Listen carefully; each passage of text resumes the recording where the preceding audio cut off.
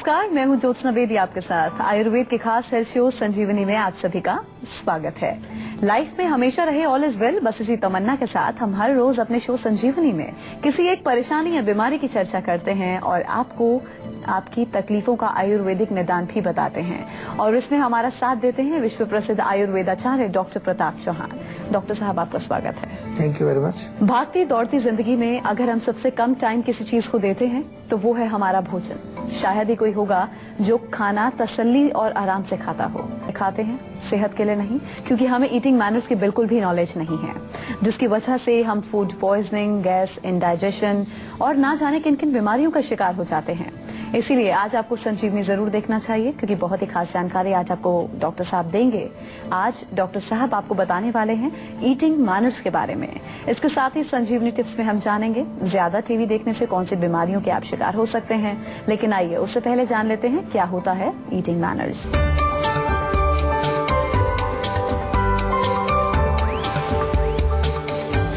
दोपहर में ब्रेकफास्ट, शाम को लंच और लेट नाइट डिनर, क्या यही है आपके खाने का स्केड्यूल? तो हो जाएं अलर्ट, ये आदतें आपको बना देंगी बीमार। तो चलिए डॉक्टर साहब के साथ हम चर्चा की शुरुआत कर लें। डॉक्टर साहब, जब भी हम खाना खाते हैं या तो भोजन का सोचते हैं कि घर में आज क्या बना है, जी पता चल जाता तो कैसा होगा, हम इस बारे में सोचने लग जाते हैं। लेकिन हम ये नहीं सोचते कि हमारी जो आदतें हैं वो ठीक है या नहीं। जी। हम खाना खा रहे हैं सही तौर तरीकों से खा रहे हैं कि नहीं। इसके बारे में मैं चाहूंगी थोड़ा सा डिफरेंशिएट कीजिए। देखिए, खाना खाने का टेस्ट तो डेफिनेटली अच्छा होता है, सबको टेस्ट अच्छा लगता है, लेकिन खाना खाने का तरीका भी आपको मालूम होना चाहिए। क्योंकि अगर तरीका आपका गलत है तो आपने स्वाद लिया उसका, लेकिन उसका गुण आपको मिलेगा नहीं। अगर आप जो है ईटिंग मैनर्स यानी कि खाने खाने के जो हमारे तरीके हैं, ईटिंग रूल्स जिनको हम आयुर्वेद में बोलते हैं, यदि आप उनको फॉलो नहीं करते हो तो आपको डेफिनेटली इंडाइजेशन हो जाएगा। उनका पर्पज ही होता है, जो ईटिंग रूल्स हैं या खाने खाने के जो तरीके हैं, उनका एक ही पर्पज होता है कि खाना ठीक से पच जाए और उससे जो शक्ति है वो आपकी बॉडी को मिल जाए।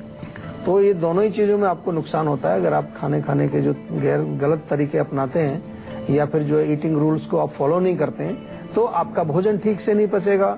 साथ ही साथ आपको जो है आम बनेगा, और आम बनेगा तो आपका काम तमाम हो ही जाएगा, ये समझ लीजिए आप। और दूसरी चीज क्या होगी कि आपकी बॉडी में कमजोरी आनी शुरू हो जाएगी, आपकी इम्यूनिटी कमजोर हो जाएगी, और इम्यूनिटी आपकी जब कमजोर हो जाती है तो अनेक प्रकार के रोग आपके शरीर में प्रवेश करते हैं। तो दोनों ही डायरेक्शन से आपके बॉडी में केवल रोग ही रोग प्रवेश करते हैं। बात बहुत छोटी सी है, सुनने में बड़ी आपको अजीब सी भी लगेगी कि इससे क्या फर्क पड़ने वाला है कि मैं कैसे खाना खा रहा हूँ, लेकिन डेफिनेटली जब आप गहराई से सोचेंगे और आज इस एपिसोड को जब आप ध्यान से सुनेंगे तो इसके बाद आपको पता चलेगा कि आप क्या क्या गलतियां कर रहे हैं, और हो सकता है इन्हीं गलतियों की वजह से जो है आपका रोग शरीर में बढ़ रहा है, फैल रहा है, और आपको कुछ न कुछ और नए नए रोग भी आपकी बॉडी में आते जा रहे हैं। तो आज ध्यान से सुनिए, आपको कुछ बहुत इंटरेस्टिंग चीजें हम बताने वाले हैं। डॉक्टर साहब, खाना खाते समय का ध्यान रखना मुझे लगता है बहुत ज्यादा जरूरी होता है। तो सही समय क्या हो खाना खाने का? देखिए, खाना खाने का सही समय बहुत अच्छा प्रश्न है आपका, क्योंकि अगर हम जो है टाइम से खाना खाते हैं तो हमारा बॉडी एक क्लॉक की तरह से काम करता है। हर चीज को एक प्रोग्रामिंग हो जाती है उसके अंदर कि आपने आज खाना खाया, सुबह मान लो ब्रेकफास्ट आपने किया 8 बजे, कल भी 8 बजे किया, रोज 8 बजे ही करते हैं आप, तो उसी समय आपके जूसेस जो है वो एक्टिव हो जाते हैं, उसका सीक्रेशन शुरू हो जाता है, पाचन शुरू हो, सब लोग तैयार रहते हैं, उनको मालूम है कि 8 बज गए। तो अभी हमारा सिस्टम बड़ा इंटेलिजेंट सिस्टम है, और उसका ऑपोजिट अगर हम करें तो फिर वो काम खराब हो जाएगा। तो ब्रेकफास्ट का टाइम हमारा होना चाहिए 8 और 9 के बीच में जरूर ब्रेकफास्ट हो जाना चाहिए। लंच का टाइम जो है हमारा 1 और 2 के बीच में होना चाहिए, और डिनर का टाइम 7 और 8 के बीच में। ये मैंने आज की दृष्टि से मैं बता रहा हूँ, क्योंकि आजकल हमारा लाइफस्टाइल बहुत उल्टा सीधा हो गया है। ये हमारा भोजन का टाइम होना चाहिए, क्योंकि हमारी जो अग्नि है, अग्नि हमारी तीव्र होनी चाहिए, तेज होनी चाहिए जब भी हम खाना खाएं, और प्रॉपर डिफरेंस 2 मील्स के बीच में होना चाहिए, यानी कि खाना पचाने के लिए भी हमें टाइम की आवश्यकता है। तो हम आयुर्वेद की दृष्टि से अगर देखें तो इस प्रकार से हमें अपने खाना खाने का समय निर्धारित करना चाहिए। अच्छा डॉक्टर साहब, जमीन पर बैठकर खाना खाना इसको ज्यादा प्रेफरेंस दी गई है शुरू से, है ना? तो जमीन पर बैठकर खाना खाना या टेबल पर बैठ के खाना खाना, बेड पे बैठ के खाना खाना, क्या डिफरेंस है और ज्यादा लाभदायक कौन सा है? देखिए, सबसे पहले हमको समझना है कि कुछ चीजें हैं जो हमारी परंपरा, हमारी संस्कृति, हमारे सिस्टम के साथ जुड़ी हुई हैं, हम बहुत आगे निकल आए, कई चीजें हमने छोड़ दी हैं, लेकिन उनका महत्व तो समझना बनता है। बिल्कुल। ऐसा नहीं है कि वो कोई हम बैकवर्ड थे या इस तरह से हम बैठ करके खाना खाते थे या हमारे पास कुर्सी मेज उस टाइम नहीं बना सकते थे, ऐसा नहीं था। तब भी हमारे यहाँ कारपेंटर्स थे, वो लोग बना सकते थे कुर्सी मेज भी, लेकिन क्योंकि इसका महत्व है आज इसको बल्कि अमेरिका में, यूरोप में लोग अपना रहे हैं इस चीज को। मैंने देखा है वहां जाके, जापान में तो स्पेशली सब नीचे जमीन पे बैठ के ही खाना खाते हैं लोग। उनका एक स्पेशल ऐसा एक रूम होता है, उसको तातामी रूम बोलते हैं, वहां पर बैठ के जमीन पे बैठ के खाना खाते हैं। क्यों? क्योंकि इसके पीछे साइंटिफिक रीजन है। आप भी जरा समझ लीजिए, जब आप जमीन पर बैठेंगे, ऐसे लोटस पोजीशन में बैठेंगे, तो आपका जो पेट के ऊपर ऐसे प्रेशर पड़ेगा, तो आप ज्यादा नहीं खा सकते, ओवर ईटिंग नहीं कर सकते। ओवर ईटिंग नहीं करेंगे तो कभी आपका वजन नहीं बढ़ेगा, आपको कोई रोग नहीं आएगा। अभी आप अगर टेबल पे बैठे हैं, कुर्सी पर बैठे हैं, तो थोड़ा सा जगह मिल जाएगा, इलास्टिक है ना हमारा स्टमक, तो और ज्यादा खा सकते हैं। और आजकल तो खड़े होकर भी खाते हैं लोग, आजकल पार्टी शादी वादी में जाते हैं तो खड़े होकर ही खा रहे हैं, तब तो और भी ज्यादा खाया जा सकता है। तो एक तो ये इसके पीछे है कि आपके अगर आप बैठ के खाएंगे जमीन पर तो ओवर ईटिंग आपकी होगी नहीं। दूसरी चीज बहुत इंपॉर्टेंट है कि जब आप जमीन पर बैठते हैं तो एकदम से आपका जो है शरीर और मन और पूरा सिस्टम एक अलाइन हो जाता है, एक अलाइनमेंट हो जाती है हमारे डाइजेस्टिव सिस्टम में, मन शांत हो जाता है। माइंडफुल ईटिंग आपने एक शब्द सुना होगा, आजकल बड़ा पॉपुलर हो रहा है, माइंडफुलनेस। तो जब आप खाना खाएंगे जमीन पर बैठ करके तो ऑटोमेटिकली आपका मन शांत रहता है और आप जो कुछ खा रहे हैं वो आपको समझ आ रहा है कि किस तरह से आप खा रहे हैं। यही नहीं, आपका पोस्चर ठीक रहता है, पचता भी खाना अच्छे से, खाना अच्छे से पचेगा भी और पोस्चर आपका ठीक रहेगा। तो काफी सारे बेनिफिट्स हैं जमीन पर बैठकर खाने से। और आपके घुटने, कई लोग तो आजकल ऐसे बैठ ही नहीं पाते, लोटस पोजीशन जिसको हम आलती पालती मार के बोलते हैं, इस तरह से लोग बैठ ही नहीं पाते। अगर आप ऐसे बैठेंगे तो आपके घुटनों की भी एक एक्सरसाइज हो जाएगी, घुटनों में दर्द वगैरह भी आपको नहीं होगा। और इसके अतिरिक्त जो है डेफिनेटली आप जो खाना खाएंगे उसका गुण आपको अच्छा शरीर में मिलेगा। अच्छा डॉक्टर साहब, हम खाना खाने के जो सही तरीके हैं उस पर बात कर रहे हैं। आजकल लड़के लड़कियां बहुत ज्यादा कॉन्शियस रहते हैं अपने वेट को लेकर के, वेट नहीं बढ़ना चाहिए। हाँ? तो ऐसे में वेट कंट्रोल भी होता है अगर हम सही तरीके से खाना खाते हैं? बिल्कुल। और डाइट में हम किन चीजों का ध्यान रखें, भी बताइएगा। डेफिनेटली जो है, जैसे हमने अभी जिक्र किया कि अगर जमीन पर बैठ के खाएंगे तो ये भी एक सही तरीका है। हमने बताया कि खाना खाने का तरीका है। हाँ। कम से कम रात को या जब आप सुबह घर होते हैं तो वो तो खा ही सकते हैं, कोई आपके वहाँ पाबंदी नहीं है। वहाँ पर कोई आपको ऑब्जर्व नहीं कर रहा है, कोई फिल्म नहीं बना रहा है आपकी कि आप कहाँ बैठ करके। और इसमें कोई आपको शर्म भी नहीं आनी चाहिए, नीचे बैठ के खाना तो अच्छा है, बढ़िया है। तो उससे क्या होगा कि आपका ओवर ईटिंग नहीं होगी, तो वेट पर फर्क पड़ेगा। दूसरी चीज मैं बताऊं कि आजकल जो है, आपने कहा कि सही तरीके से खाना खाने से वेट लॉस होता है कि नहीं, तो सही तरीका एक ये है कि जब आप खाना खाएं तो टीवी ना देखें, आप कुछ पढ़ें ना, मोबाइल पर बात ना करें, मोबाइल व्हाट्सएप पर ना रहें आप, तो शांत मन से खाना खाएं। इसको कहते हैं माइंडफुल ईटिंग।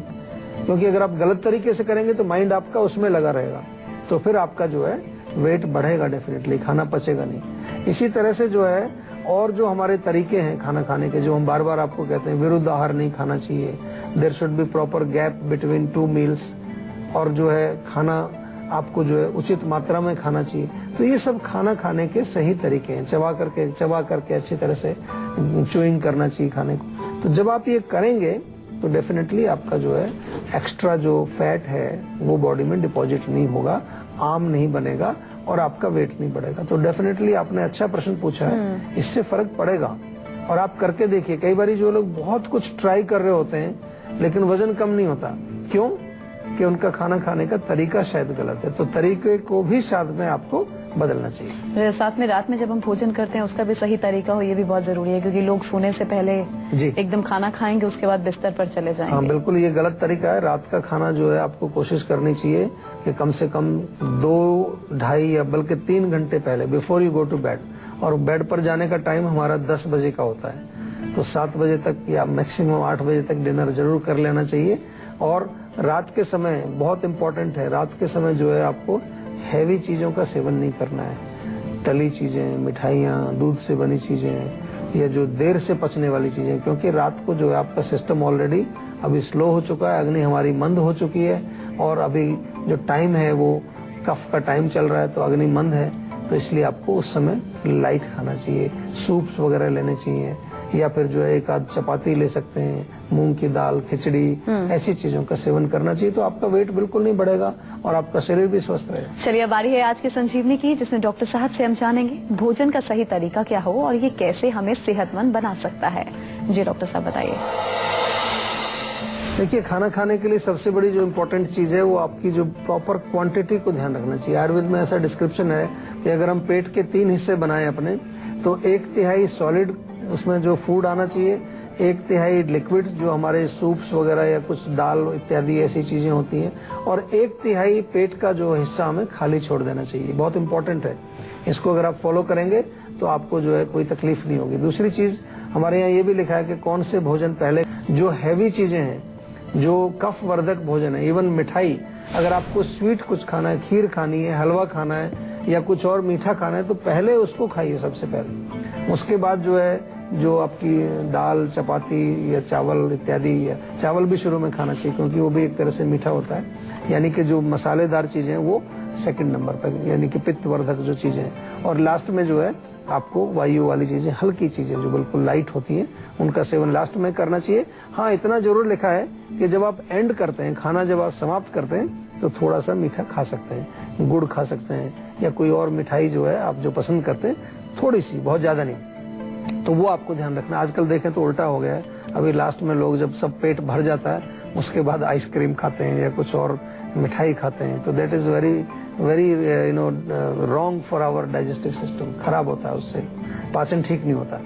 इसके अलावा सिंपल चीज है कि कुछ रूल्स हमें फॉलो करने चाहिए। खाना खाते समय जो है टीवी नहीं देखना चाहिए, बातें नहीं करनी चाहिए, किसी प्रकार का माइंड में एंजाइटी, टेंशन, चिंता ये नहीं करनी चाहिए। ये बहुत इंपॉर्टेंट है।